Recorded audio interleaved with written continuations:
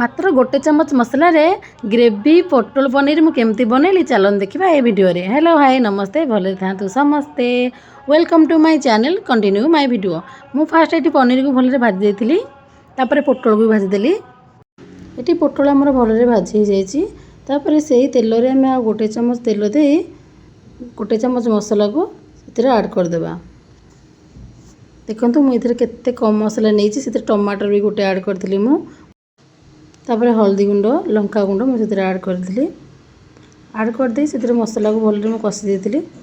देखो केते कम मसला रे केते कम तेल रे पूरा ग्रेवी पनीर पोटल मु बनाऊँगी। ग्रेवी मु कौन कली वीडियो आग को देखिले आपन जानीपर। एबे देखु मु 2 चमच दही नहीं बेसन गोटे चमच नहीं पानी 2 चमच ऐड करी भल फेंटी देती। मु बेसी बेसन दबानी जमी तरकार जी गोटे चमच मुहती देती।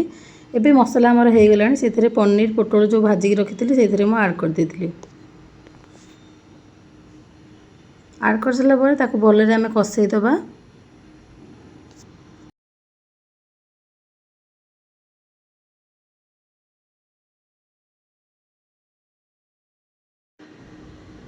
कषि गला आम से किसी मीट मसला ऐड करवा।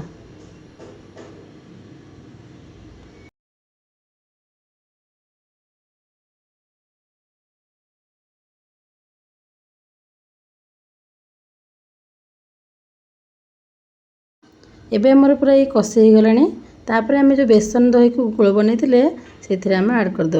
ऐड कर सारा भल 2 मिनट कुक करवा सिम आंचरे।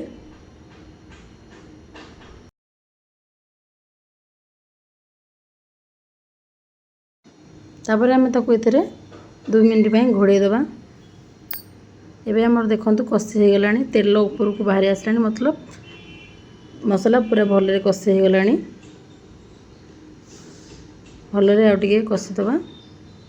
तापर आम से 2 कप पानी ऐड करदबा।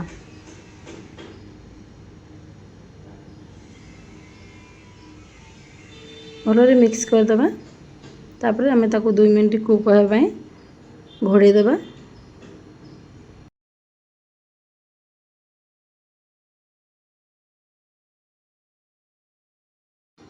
देखो तो एबे मसला ऊपर को तेल बाहरी बसला मतलब तरकारी मोर पूरा रेडी हो जाए। देखो मसलार क्वांटिटी केतकी थिला। एबे देखो ग्रेवी को केते सुंदर देखा जाउची। बेसन दही रे आपण माने एमित केबे बनैछंती कि मते कमेंट करी निश्चिंत कहबे। एबे हमर तरकारी पूरा रेडी हो जाए सुंदर देखा जाउची। এই রেসিপিটি আপনার কেমতি লাগিলা মতো কমেন্ট করে নিশ্চিন্ত কহবে। লাইক शेयर सब्सक्राइब करबू जमा भूलबेनी। रही नमस्कार बाय बाय।